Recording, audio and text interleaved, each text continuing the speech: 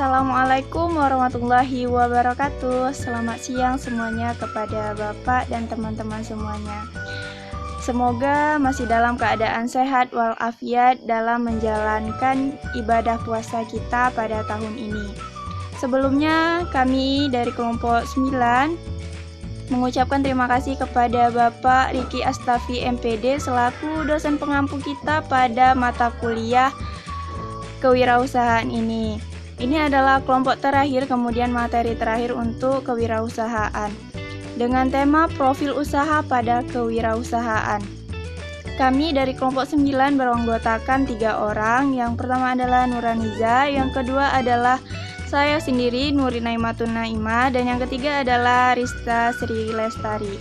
Di sini kami akan menjelaskan sedikit materi tentang profil usaha pada kewirausahaan. Jika kita berbicara nih tentang kewirausahaan, tentunya di pikiran kita akan tergambar tentang usaha, kemudian profit dan cara-cara untuk mendapatkan keuntungan tentunya ya. Jadi di sini kita akan membahas tentang profil usaha pada kewirausahaan. Langsung saja yuk kita bahas untuk materi pertamanya. Oke, di sini kita akan membahas mengenai pengertian profil usaha dan bisnis. Nah, untuk memahami tentang profil usaha atau bisnis, pertama kita harus mengetahui apa yang dimaksud dengan profil dan bisnis. Profil adalah menggambarkan, menjelaskan, mengenalkan yang mencakup suatu objek. Bisnis adalah pertukaran barang, jasa, atau uang yang salin bisnis. Dapat diartikan sebagai suatu organisasi atau lembaga yang menyediakan barang atau jasa yang bertujuan untuk mendapatkan keuntungan atau profit tadi ya yang dikatakan di awal tadi. Kemudian menguntungkan atau memberikan manfaat. Nah, itu adalah pengertian profil usaha, kemudian pengertian dari bisnisnya ya. Kita lanjut lagi kepada ini adalah fungsi-fungsi bisnis. Mungkin ada yang tahu mungkin fungsi bisnis itu apa. Jadi di sini yang pertama itu adalah acquiring raw material. Itu merupakan fungsi bisnis yang pertama, yaitu memperoleh bahan baku. Nah, di sini yang kedua adalah manufacturing raw material into product. Jadi ini sama dengan merupakan fungsi bisnis yang mengolah suatu bahan baku menjadi produk. Nah, yang terakhir atau yang ketiga nih adalah distributing product to consumer. Ini adalah merupakan suatu fungsi bisnis yang mendistribusikan suatu produk dari produsen kepada konsumen. Nah, ini adalah beberapa dari fungsi-fungsi bisnis ya. Mungkin ada teman-teman yang sudah mengetahuinya atau bahkan belum sama sekali. Jadi ini adalah kami sajikan sedikit atau beberapa fungsi-fungsi bisnis agar kita paham atau mengerti apa saja sih fungsi dari bisnis itu. Lanjut ke materi selanjutnya adalah ruang lingkup bisnis. Di sini ada 3 poin. Kita masukkan hanya 3 poin ya. Yang pertama adalah information. Jadi media massa baik cetak maupun elektronik merupakan pelaku bisnis informasi. Jadi media massa itu baik cetak, elektronik itu sangat membantu dalam kegiatan usaha atau bisnis ya, karena mustahil apabila tidak ada media massa ataupun baik cetak ataupun elektronik, kita akan merasa kesulitan di era modern seperti ini. Dengan elektronik dan teknologi yang canggih, jika kita tidak menggunakan dan memanfaatkannya dengan baik, kita akan ketinggalan atau kalah saing dengan produk atau pesaing lainnya ya. Kemudian yang kedua adalah people. Manusia dengan segala kemampuan dan talenta yang dimilikinya dapat menjadi komoditi bisnis. Ini yang kedua adalah people atau orang ya. Jadi yang ketiga itu adalah properties.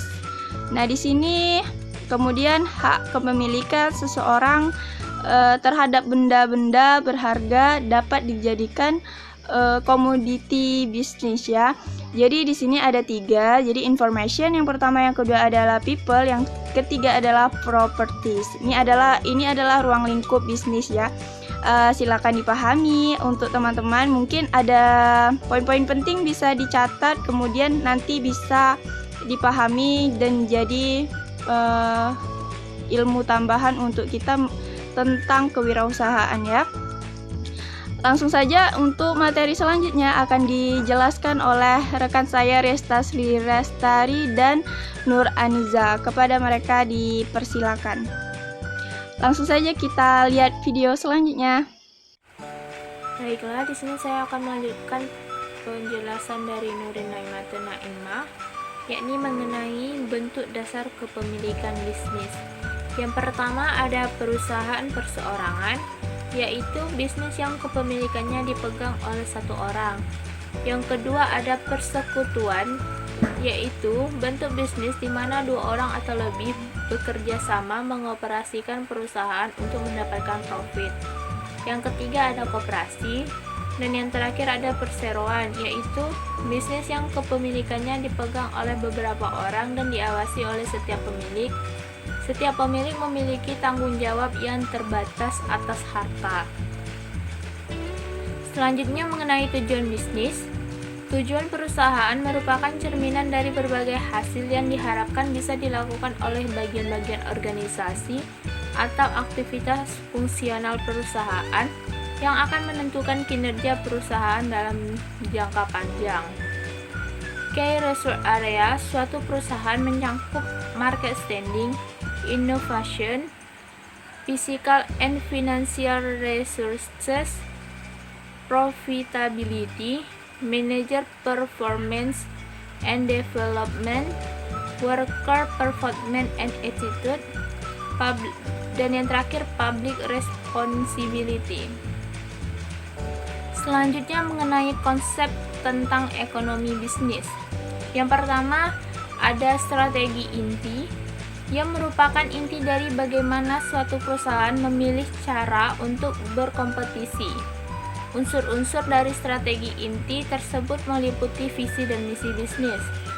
Yang kedua ada konsep bisnis di area research adalah sumber daya strategis yang terdiri dari kompetisi inti, aset-aset strategis, dan proses inti. Selanjutnya mengenai bisnis yang sesuai dengan syariah.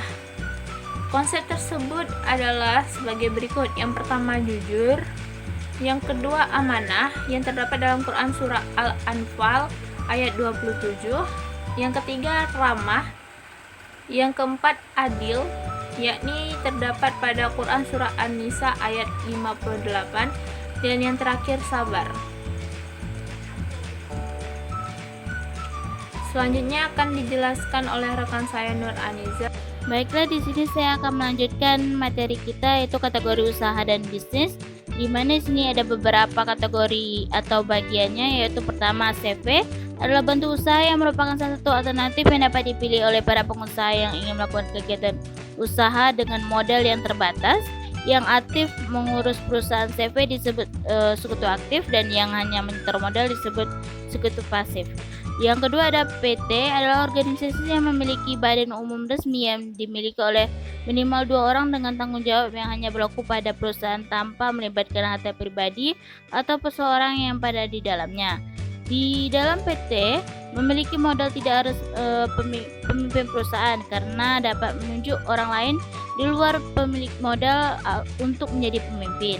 Yang ketiga, perusahaan perseorangan atau badan usaha bisa juga dikenal dengan usaha dagang.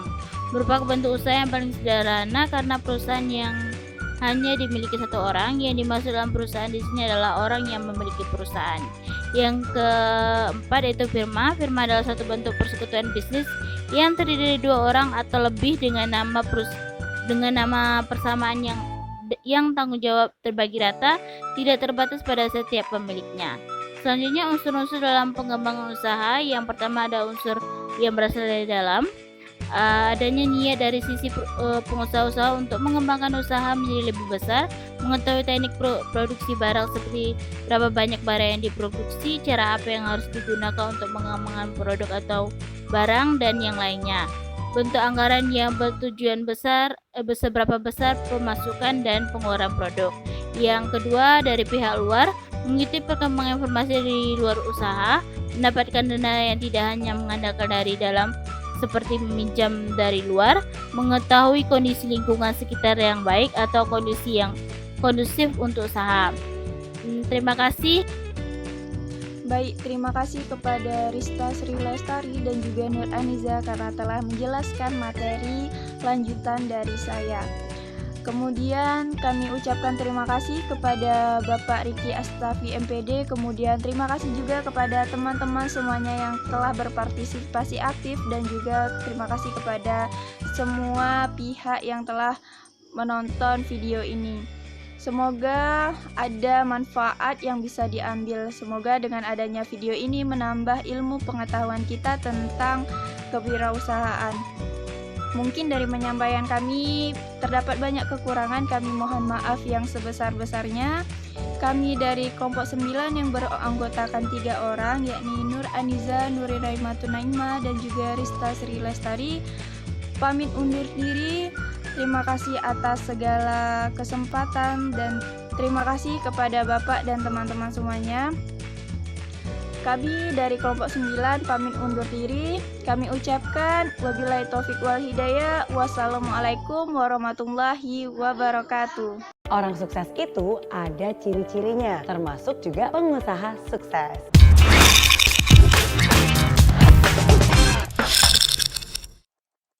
Kalau kamu memiliki 5 hal di bawah ini, itu artinya kamu calon pengusaha sukses. Yang pertama, berani take action. Calon pengusaha sukses itu bukan hanya bisa merencanakan, tapi dia juga fokus untuk menjalankan rencananya. Dia juga berani untuk take action dan melaksanakan rencananya. Calon pengusaha sukses itu nggak hanya ngomong doang, tapi juga melakukan apa yang dia katakan. Yang kedua, optimis. Optimis itu bukan hanya selalu mengharapkan yang terbaik, tapi optimis itu juga bisa melihat hal yang baik seburuk apapun situasinya. Karena sebagai seorang pengusaha pasti ada jatuh bangunnya, ada naik turunnya. Kalau kamu adalah orang yang pesimis, wah akan sangat susah sekali nih untuk bisa menjadi pengusaha yang sukses. Dikit-dikit aja mengeluh, dikit-dikit aja nyerah. Yakin kalau seperti itu kamu mau jadi pengusaha sukses. Jadi kalau kamu aja suka nyerah, gimana nanti dengan calon pegawai dan juga tim-tim kamu? Pasti dia akan mengikuti pemimpinnya. Jadi nggak boleh nyerah, tapi harus optimis.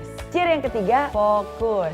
Pernah nggak sih ngelihat pengusaha musiman? Ingat nggak pas lagi viral es kepal Milo, tiba-tiba banyak tuh pengusaha yang dadakan jual es sepanjang jalan. Sebenarnya nggak ada salahnya sih mengikuti tren, karena tren itu kan berarti ada pasarnya ya, dan kita mengikuti pasar maunya seperti apa. Tapi jangan juga jadi orang yang berpindah sana berpindah sini, nggak fokus ya. Giliran ini baru mau dikembangkan, terus tiba-tiba ada sesuatu yang baru pindah ya. Tapi kalau kamu memfokuskan ke satu hal dan kamu benar-benar sepenuh hati melaksanakan dan melakukan dan benar-benar fokus hati, pikiran, perasaan terhadap satu hal itu, pasti satu hal itu akan membesar dan akan menghasilkan sesuatu yang jauh lebih baik. Ciri yang keempat, mau belajar. Pengusaha sukses itu bukan hanya gagal bangkit lagi, gagal bangkit lagi. Bukan cuma itu doang, tapi pengusaha sukses itu gagal, bangkit lagi, belajar lagi, cari strategi lain, baru dicoba. Kalau gagal lagi, ya bangkit lagi, ya belajar lagi, sampai semua itu berhasil didapatkan. Karena bagi mereka pembelajaran itu adalah makanan sehari-hari. Pengusaha sukses itu punya pemikiran yang terbuka. Mereka terus belajar, terus mengupgrade dirinya mereka, terus mengubah strateginya sampai